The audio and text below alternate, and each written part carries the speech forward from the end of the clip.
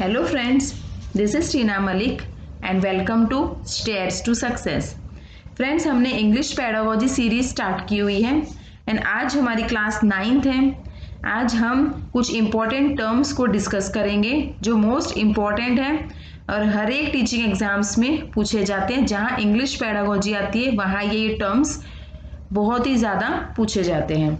आज हम पढ़ेंगे lexical words, function words, side words, ये सब क्या है इन सबको हम डिटेल में समझेंगे विद एग्जाम्पल्स। डेप्थोंग्स क्या है, bottom up approach and top down approach, ये सब क्या है इन सबको आज डिटेल डिस्कस करेंगे एंड आई होप कि आपको आज का सेशन भी पसंद आएगा। अगर आपने प्रीवियस सेशन नहीं देखा हो तो वो देख लेना, बहुत ही इंपॉर्टेंट सेशन था प्रीवियस एंड उसमें मैंने डिस्कस किया था होमोफोन, होमोग्राफ एंड होमोनिम के बारे में। बहुत ही अच्छे से समझाया था एंड बहुत ही क्लियर किया था मैंने वो कंसेप्ट। उसके बाद हमने जो प्रीवियस सेशन, अगर आप क्लास 8th देखोगे तो उसमें मैंने डिस्कस किए थे फोनीम, मोर्फीम, सिमेंटिक्स, सिंटैक्स, इन सब के बारे में। ओके तो ये जो प्रीवियस 2 क्लासेस अगर आप देखोगे ना, मैंने इंपॉर्टेंट टर्म्स डिस्कस किए हुए हैं जो बहुत ही ज़्यादा रिपीटेड एग्जाम्स में मल्टीपल टाइम्स पूछे गए हैं। तो ये class 7th, 8th and 9th आप ज़रूर देख लीजिएगा, मोस्ट इम्पॉर्टेंट है, काफ़ी हेल्प मिलेगी आपको, बेनिफिशियल सेशन है वो। ओके प्लेलिस्ट में देख लेना, आपको ये सेशन मिल जाएंगे। क्लास 7, 8 एंड 9, 9th तो आज की ही है। ओके चलो फिर आज का क्लास स्टार्ट करते हैं। फर्स्टली देख लेते हैं हम लेक्सिकल वर्ड्स। किसे कहते हैं lexical words? Okay lexical word is also known as content words. ठीक है, कंटेंट वर्ड्स के नाम से भी जाना जाता है वो वर्ड्स जिनका अगर आप डिक्शनरी में मीनिंग ढूंढोगे ना तो उनका एक इंडिपेंडेंट मीनिंग निकल के आएगा। ओके जो वोकैबुलरी से रिलेटेड है और अपने आप में इनका एक मीनिंग होता है। Okay content words are words that possesses semantic content. अब सिमेंटिक, ये देखो प्रीवियस सेशन में हमने डिस्कस किया था। अब सिमेंटिक्स क्या होता है? सिमेंटिक्स वो होते हैं ना जिनका अपने आप में मीनिंग होता है, वो वर्ड्स जिनका अपने आप में मीनिंग होता है। ओके तो कंटेंट वर्ड्स उन्हीं वर्ड्स को कहा जाता है जो सिमेंटिक कंटेंट होते हैं and contribute to the meaning of the sentences in which they occur. उनका बहुत बड़ा, वो वर्ड्स का बहुत बड़ा कंट्रीब्यूशन माना जाता है सेंटेंस में। क्यों? क्योंकि उन वर्ड का मीनिंग निकल के आता है, एक इंडिपेंडेंट मीनिंग होता है। ओके उन्हें कहा जाता है content words. Normally recognises as the ordinary word. ऐसे देखा जाए ना तो वो एक ऑर्डिनरी वर्ड होते हैं। ओके अब ये लेक्सिकल वर्ड्स जो होते हैं also known as content words. ये आपको ध्यान रखना है, ये एमसीक्यू में पूछ लिया जाता है।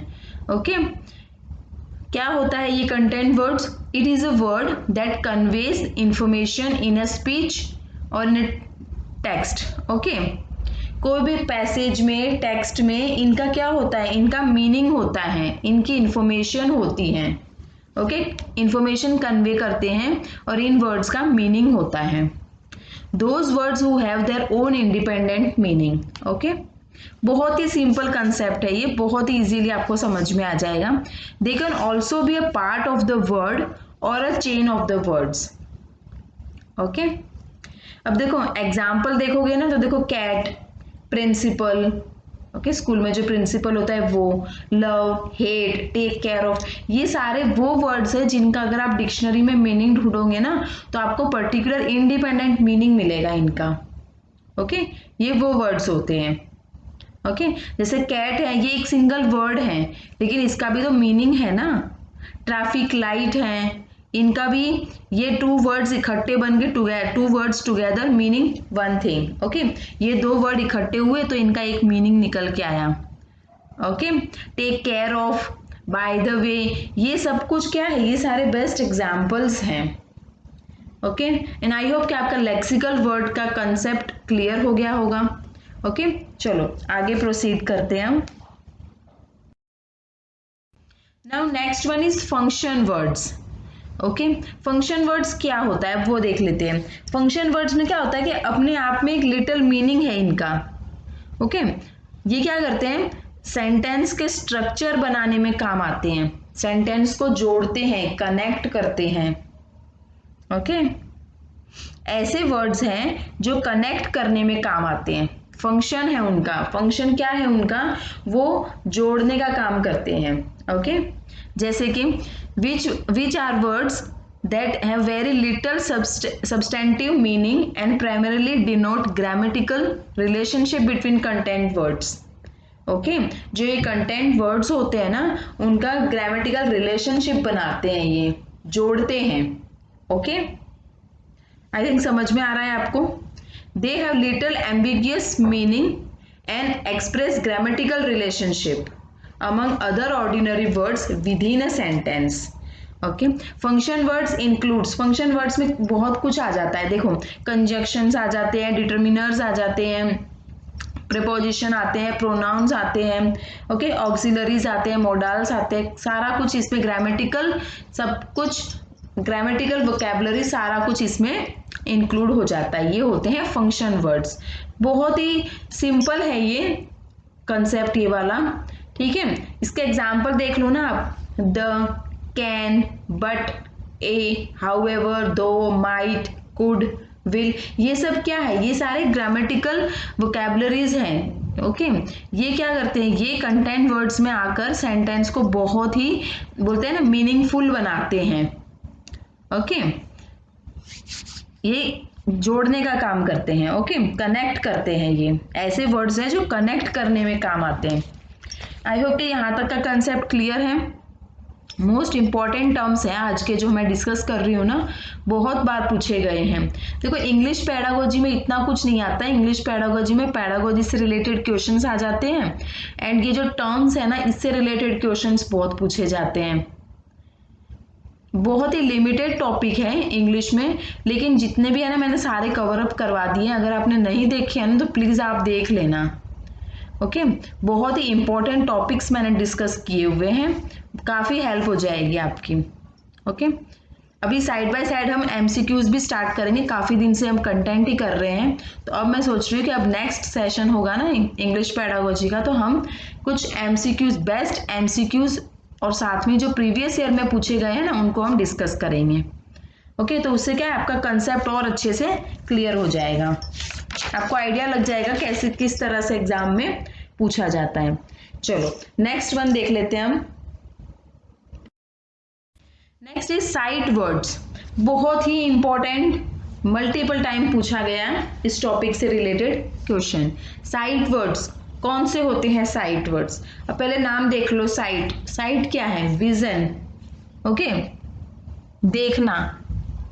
Okay, means they are commonly used words that young children are encouraged to memorize as a whole by sight।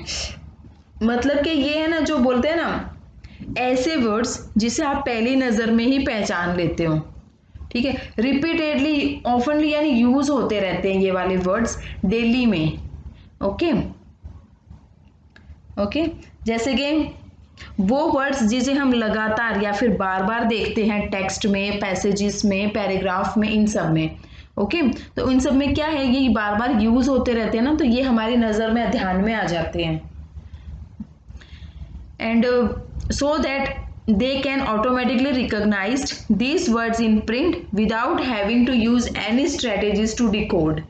मतलब इनका मीनिंग अगर नहीं भी पता होगा ना, तो भी अपने को आइडिया आ जाता है, कि पता लग जाता है कि इसका मतलब ये है। हमें कहीं ढूंढने की ज़रूरत नहीं पड़ती, हमें कुछ एनालाइज करने की ज़रूरत नहीं पड़ती, हमें अपने आप ही इनका पता लग जाता है। जो रीडर होता है ना, वो रिकॉग्नाइज कर लेता है, ढूंढ लेता है, मीनिंगफुल हो जाता है, उसको पता लग जाता है कि ये वो वाला वर्ड है, ये साइट वर्ड है। क्यों? क्योंकि वो डेली लगातार रूटीन में वो वर्ड्स को देखते हैं टेक्स्ट में, पैसेजेस में। ओके, तो उन्हें है ना, उसको एनालाइज करने की, विश्लेषण करने की जरूरत नहीं होती, वो अपने आप ही उसका मीनिंग समझ जाते हैं। Is that clear? Sight words appear so often in reading material, bar bar use होते रहते हैं, डेली में यूज होते रहते हैं, तो आइडिया लग जाता है। जैसे कि देखो, for example better, light, left, right, are, good, bad, ये सब डेली रूटीन में बोलते हैं ना, यूज्ड होने वाले वर्ड्स हैं, तो इन्हें साइट वर्ड्स कह दिया जाता है। Is that clear? चलो आगे देख लेते हैं अब। Next one is diphthongs. इससे रिलेटेड एक आध बार पूछ लिए गए हैं क्वेश्चंस, तो डिस्कस कर लेते हैं ये क्या होता है। ओके, डिप्थोंग्स क्या होता है? डिप्थोंग्स तो पहले तो देखो नाम से समझ लेते हैं पहले।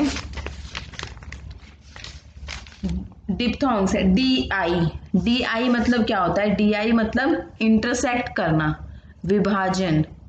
ओके, इंटरसेक्ट हो रहा है। इंटरसेक्ट किसका हो रहा है? टू वोवेल साउंड्स का हो रहा है। Okay, diphthongs. अगर मोनोप्थोंग्स पूछ लिया जाता है तो वो सिंगल वोवेल साउंड होता है। ओके, है ये दोनों वोवेल साउंड से ही related. Diphthongs two vowel sound आएंगे and monophthongs one vowel sound आएगा। ओके, तो देखो जो ये डिप्थोंग्स होते हैं ना, also called glide vowels, compound vowels, complex vowels और मूविंग वोवेल्स, ये इनके नाम है। ये आपको ध्यान में रखना जरूरी है क्योंकि एग्जाम में in the form of MCQ आपसे पूछ लिया जा सकता है। ओके, तो आपको पता होना चाहिए कि डिप्थोंग्स का अदर नेम क्या है। ओके, ग्लाइड वोवेल्स बोल देते हैं, कंपाउंड वोवेल्स बोल देते हैं, कॉम्प्लेक्स वोवेल्स भी कह दिया जाता है, मूविंग वोवेल्स भी कह दिया जाता है इसको। ओके, इसमें क्या होता है? डिप्थोंग्स में डबल वोवेल साउंड्स होता है। Okay, that are pronounced together to make one sound.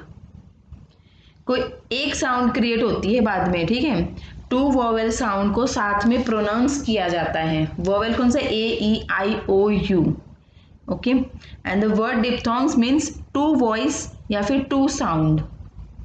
A sound formed by the combination of two vowels in a single syllable. In single word में, सिंगल वर्ड है एक, उसमें to vowel sound साथ में pronounce हो रहे हैं। In which the sound begins as one vowel and moves towards another. शुरुआत तो एक वोवेल से हो रही है लेकिन तुरंत वो क्या कर रहा है? एकदम से फिसल के दूसरे की तरफ जा रहा है, मतलब टू वोवेल साउंड साथ में प्रोनाउंस हो रहे हैं, आगे जाके वन साउंड क्रिएट हो रहा है। अभी एग्जाम्पल भी डिस्कस कर लेंगे हम। देखो एग्जाम्पल देख लेते हैं। एग्जाम्पल देखो, ऑयल, ठीक है, लाउड, कॉइन, तो ये क्या है? कॉइन आया ना, ओ आई, ठीक है, स्लाइड, डाई, ये सब क्या है? मतलब ये सब क्या है? ये क्या है? ये ना वोवेल साउंड है, टू वोवेल साउंड है, साथ में प्रोनाउंस हो रहे हैं। शुरुआत एक वोवेल से होती है और वो तुरंत से मूव करता है सेकंड के साथ, सेकंड की तरफ। ओके, एकदम से फिसलता है दूसरे की साइड। ओके, तो क्या है? एक साउंड प्रोनाउंस होता है, उसे कह दिया जाता है डिप्थोंग्स। नेक्स्ट वन देख लेते हैं। आई थिंक यहाँ तक का कंसेप्ट क्लियर है। अगर सेशन पसंद आ रहा है ना, आपको हेल्पफुल हो रहा है, समझ में आ रहा है आपको, तो प्लीज़ लाइक कर दीजिए एंड फ्रेंड्स के साथ शेयर कर दो जो भी टीचिंग एग्जाम्स की प्रिपरेशन कर रहे हैं। एंड ये सेशन है ना, स्पेशली सीटेट वालों के लिए बहुत ही हेल्पफुल है क्योंकि सीटेट में बहुत बार पूछे गए हैं, इन टॉपिक से क्वेश्चंस आए हुए हैं। तो अपने फ्रेंड्स के साथ शेयर करो। एंड फर्स्ट टाइम ये चैनल विजिट कर रहे हो तो प्लीज़ सब्सक्राइब करना ना भूलो। सब्सक्राइब ज़रूर कर लीजिएगा एंड बेल आइकन ज़रूर प्रेस करना ताकि आने वाले वीडियोस का नोटिफिकेशन आपके पास सबसे पहले पहुंचे। Is that clear? चलो फिर नेक्स्ट देख लेते हैं। नेक्स्ट बहुत ही सिंपल है ये, बॉटम अप अप्रोच। ओके, जब मैंने मेथड्स एंड अप्रोचेस करवाए थे तब मैं भूल गई थी, तब मैं इतना अच्छे से डिस्कस नहीं कर पाई थी। Bottom up approach and top down approach क्या होता है ये आज मैं अच्छे से एक्सप्लेन कर देती हूँ। बॉटम अप अप्रोच, बॉटम क्या होता है? नीचे, मतलब ठीक है, बॉटम से अप जाना है, डाउन से अप जाना है। बॉटम नीचे है तो शुरुआत नीचे से होगी, जनरल स्पेसिफिक से होगी। बिगिन्स एट स्पेसिफिक, स्पेसिफिक क्या होगा? लेटर्स, अल्फाबेट्स, वर्ड्स, फ्रेज, ठीक है, ऐसे करके टीचर क्या मतलब क्या आगे आगे ये प्रोसीड होता जाता है। शुरुआत होती है अल्फाबेट से, फिर वो मूव ऑन करते हैं, जनरल की तरफ पहुंच रहे हैं। ओके, मीन्स छोटे से टर्म से स्टार्ट कर रहे हैं, अल्फाबेट्स लेटर से स्टार्ट कर रहे हैं, फिर आगे जोड़ के उनको वर्ड्स बनाया, फिर उनको जोड़ के सेंटेंसेस बनाए, फिर ठीक है, फिर पैराग्राफ्स बनाए, फिर स्टोरीज बनाई, ऐसे ऐसे वगैरह बनाए। ठीक है, मतलब ये शुरुआत बिल्कुल ही लो लेवल से, बॉटम से हुई है, स्पेसिफिक से हुई है, फिर आगे आगे मूव ऑन होते गए, अप टू जनरल तक पहुंच गए। Is that clear? यहां तक का पता लग गया। एंड जो इसका नेक्स्ट जो है ना टॉप डाउन अप्रोच, वो जस्ट इसका अपोजिट है, वो जनरल से स्पेसिफिक आएगा, वो ऊपर से नीचे आएगा। ओके, टॉप मीन्स टॉप होता है सबसे ऊपर, डाउन नीचे की तरफ आना है, ऊपर से नीचे आना है, तो ऊपर सबसे ऊपर क्या होगा? सबसे ऊपर होता है स्टोरीज, ऐसे होते हैं, उससे फिर नीचे आएंगे पैराग्राफ, फिर सेंटेंस। ठीक है, वो आप पिक्चर के थ्रू देख लो, आप बहुत इजीली समझ जाओगे। टॉप डाउन में क्या होता है? जस्ट उसका अपोजिट है, इतना याद रखना है आपको, जस्ट उसका अपोजिट है उसमें। ठीक है, इसमें क्या होता है कि इसमें जनरल से स्पेसिफिक आना है, मीन्स ऊपर से स्टार्ट करना है, जो स्टोरी ऐसे है ना उससे स्टार्ट करेंगे और नीचे नीचे आते जाएंगे, पैराग्राफ आएगा, फिर सेंटेंस आएंगे, फिर वर्ड्स आएंगे, फिर अल्फाबेट्स आएंगे। Is that clear? अब देखो ये पिक्चर से आप बहुत ही इजीली समझ जाओगे बॉटम अप क्या होता है एंड टॉप डाउन क्या होता है। ओके, कॉम्प्रिहेंशन, कॉम्प्रिहेंशन में स्टोरी, ऐसे ये सब कुछ आ जाएगा, फिर पैराग्राफ भी आ जाते हैं, फ्रेज भी आ जाता है, वर्ड प्रोसेसिंग होती है, फिर लेटर अल्फाबेट्स आते हैं, फिर फीचर्स आते हैं, मीन्स जो साउंड होते हैं ना वो सब। ओके, पिक्चर से तो कंसेप्ट क्लियर हो गया होगा। अगर आपके कोई क्वेरीज है ना, आप पूछना चाहते हो, कोई डाउट है, तो आप है ना कमेंट बॉक्स में पूछ सकते हो, मैं मेरी तरफ से पूरी कोशिश करूंगी डाउट क्लियर करने का। चलो फिर नेक्स्ट देख लेते हैं। अब कर लेते हैं कुछ क्वेश्चंस की प्रैक्टिस, तो आपका थोड़ा कंसेप्ट अच्छे से क्लियर हो जाएगा। Okay, first one, content words are called. जो कंटेंट वर्ड्स हैं उनको क्या कह दिया जाता है? बहुत ही सिंपल है, लेक्सिकल वर्ड्स, है ना, ये तो बहुत ही इजी क्वेश्चन है।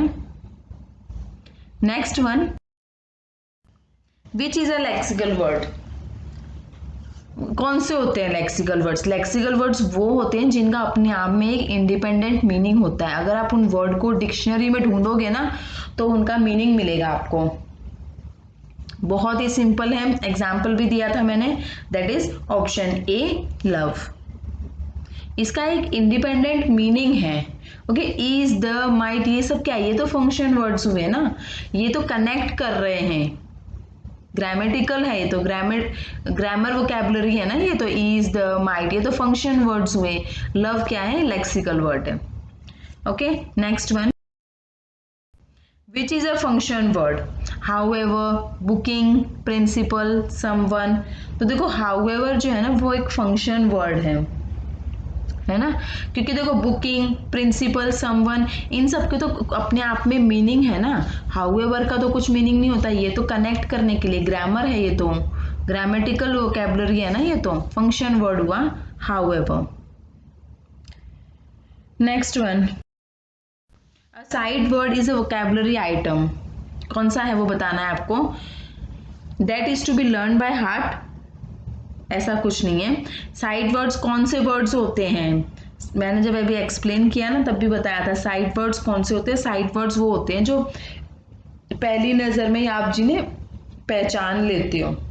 ठीक है, दैट इज रीडर रिकॉग्नाइजेस, देखते ही पहचान लेते हैं, and finds meaningful on site, देखते ही समझ जाते हैं कि ये मीनिंगफुल है, इसका अर्थ है, अर्थपूर्ण है ये, विदाउट अ कॉम्प्लिकेटेड एनालिसिस, कोई विश्लेषण की जरूरत नहीं है, कोई किसी भी चीज की जरूरत नहीं होती है, बस समझ जाते हैं कि ये एक साइट में ही पहचान जाता है, रीडर रिकॉग्नाइज कर लेता है कि ये एक मीनिंगफुल है, ये अर्थपूर्ण वर्ड है ये।